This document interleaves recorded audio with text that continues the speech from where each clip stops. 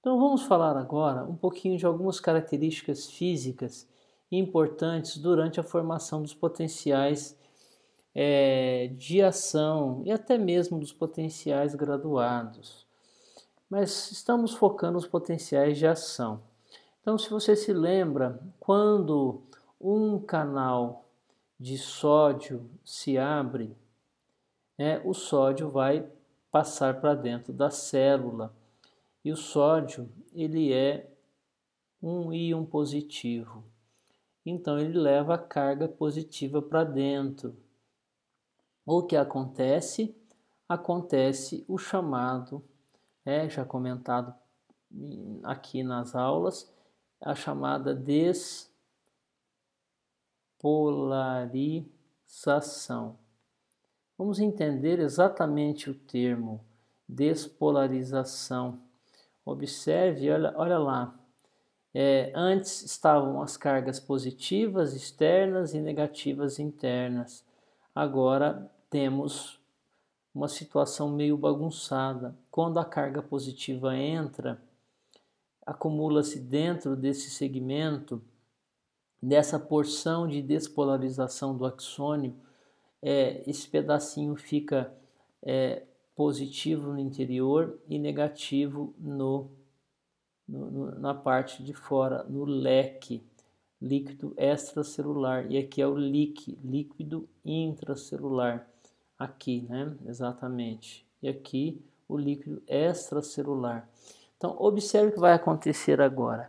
Esse é o chamado, vai começar a acontecer o seguinte, olha bem.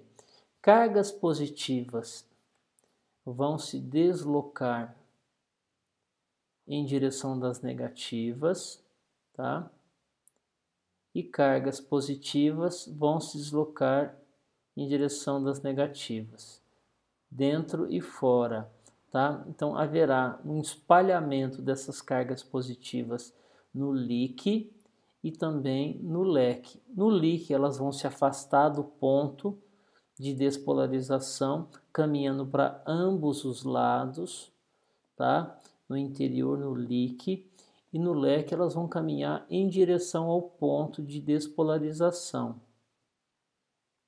tá? Esse movimento de cargas positivas, ele é chamado de fluxo corrente local. Então esse movimento aqui, ó, esse movimento é chamado de fluxo corrente local, tá? Ele vai para ambos os lados, ok? Mas aí você poderia pensar o seguinte: o axônio, a terminação axônica fica para lá, a terminação axônica, e para trás, para a esquerda, é o corpo celular. Então, essa corrente de sódio que está entrando aqui, vamos dizer que é uma corrente elétrica, ela tanto vai para o terminal axônico,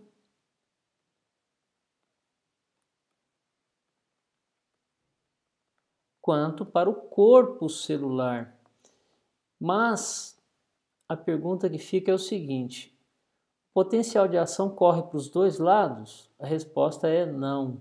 Por que ela não corre em direção ao corpo celular? O corpo celular, ele pensou-se há algum tempo atrás que o corpo celular e os dendritos, então o corpo celular e dendritos, não tivessem canais de sódio em grande quantidade, mas eles têm.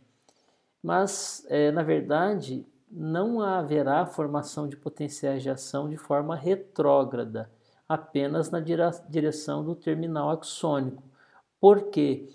Porque para o lado esquerdo nós vamos encontrar o que falamos há alguns momentos atrás, o período refratário. Canais, tá? É o período refratário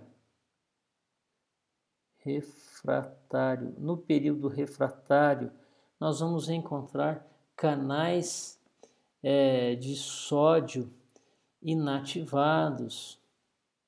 Canais de sódio inativados. Ou seja, canaizinhos que não podem se abrir, eles estão inativados com aquela comporta que está fechada.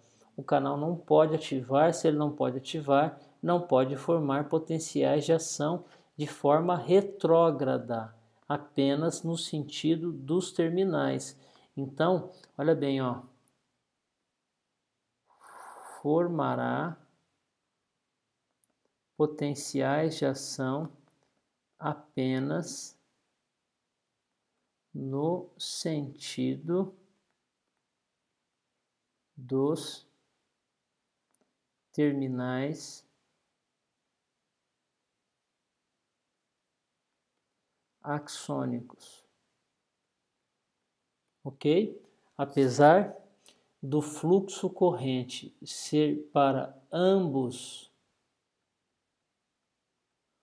os lados,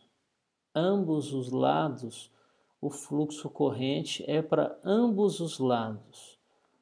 Porém, apenas o lado voltado para o terminal axônico é que vai formar potenciais de ação. Tá? Um outro critério físico que quero chamar a atenção, existem dois parâmetros.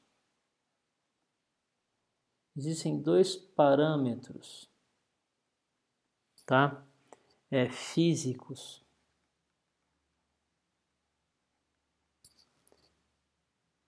que vão influenciam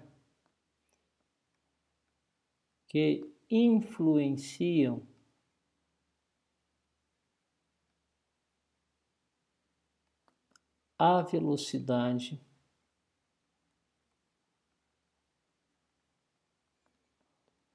de propagação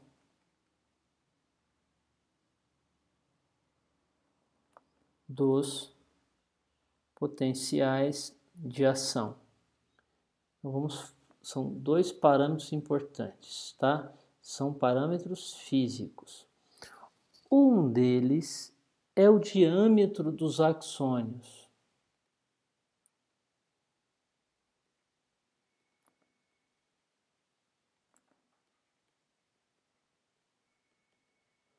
Tá? Vamos falar daqui a pouquinho. E o outro é a resistência ao vazamento.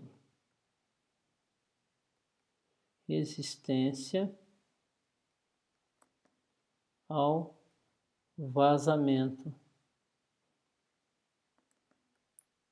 iônico pela membrana. Tá? Então, são dois critérios importantes. Vamos falar um pouquinho deles. Então, vamos pensar aqui o axônio.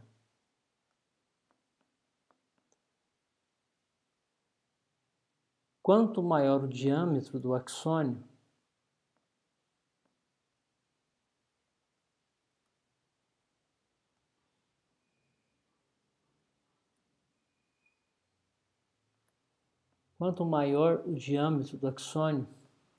menor a resistência do fluxo iônico, porque o axônio ele vai conduzir as correntes. Então,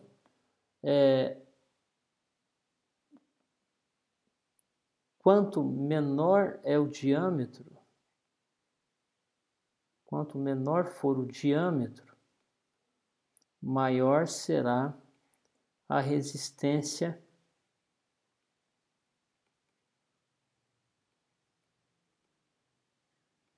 das correntes iônicas. Porque, na verdade, né, o canal de sódio se abre aqui, o sódio passa para dentro da célula na forma de uma corrente, tá? Na forma de uma corrente, o sódio entra na forma de uma corrente iônica. Essa corrente vai para lá e para cá, tá? Há uma corrente, tá? Que vai viajar ao longo do axônio, e quanto mais estreito for, maior será a resistência dessas correntes iônicas. Tá? Um outro problema é durante a viagem da corrente ao longo do axônio, um problema é o vazamento das correntes. A corrente passou por aqui, de sódio, uma corrente de sódio, por exemplo, e é o símbolo de corrente. A corrente está viajando para lá e para cá, tá? Para cá não vai formar potencial de ação, já vimos isso. Apenas para cá, potenciais de ação. Porém, essas correntes podem se perder, elas podem vazar ao longo do trajeto, elas podem vazar. Isso pode ser ruim, interferindo na intensidade, na despolarização dos canais. Então a gente pode ter um vazamento da corrente. Para se evitar esse vazamento, o que vamos fazer? Vamos colocar a bainha de mielina, as várias camadas de bainha de mielina, que vai se opor a esse vazamento e aí vai promover uma resistência ao vazamento. Então a bainha de mielina,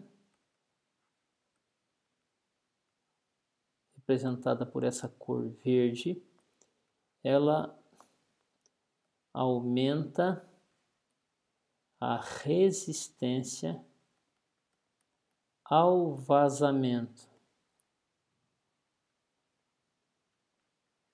Então, esta resistência é boa, contribui para o potencial de ação. Tá? Essa resistência é ruim, ela compromete o potencial de ação. Para se ter noção, um axônio de mamífero, tá? Um axônio de mamífero